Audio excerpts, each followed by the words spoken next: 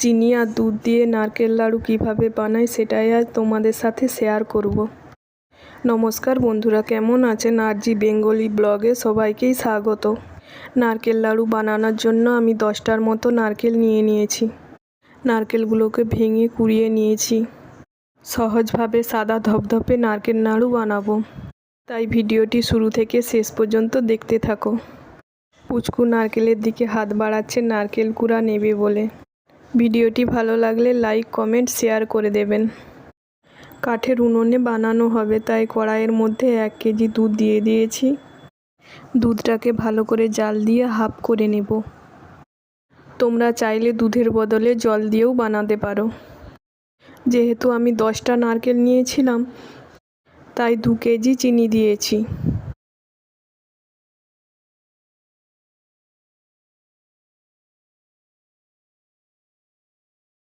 চিনিটা কড়াইয়ের মধ্যে দিয়ে ভালো করে নাড়াচাড়া করে নিতে হবে, যাতে নিচে না লেগে যায়।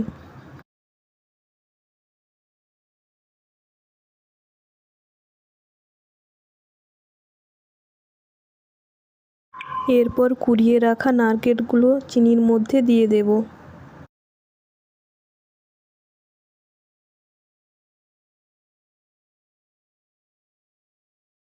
এরপর নারকেলগুলো দিয়ে ভালো করে নাড়াচাড়া করতে হবে। দেখুন নারকেল থেকে কত জল বেরিয়ে আসবে। উনানের জালটাও কমিয়ে দিতে হবে, না হলে নিচে লেগে যেতে পারে।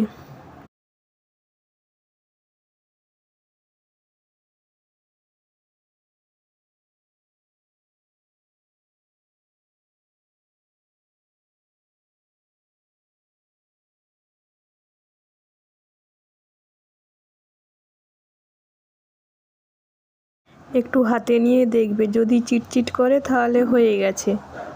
তোমরা পাত্রের মধ্যে একটু তুলে ঠান্ডা করে নাড়ু পাকানো যাচ্ছে কিনা সেটা ভালো করে দেখে নেবে। নাড়ু তৈরির জন্য মিশ্রণটা রেডি হয়ে গেছে।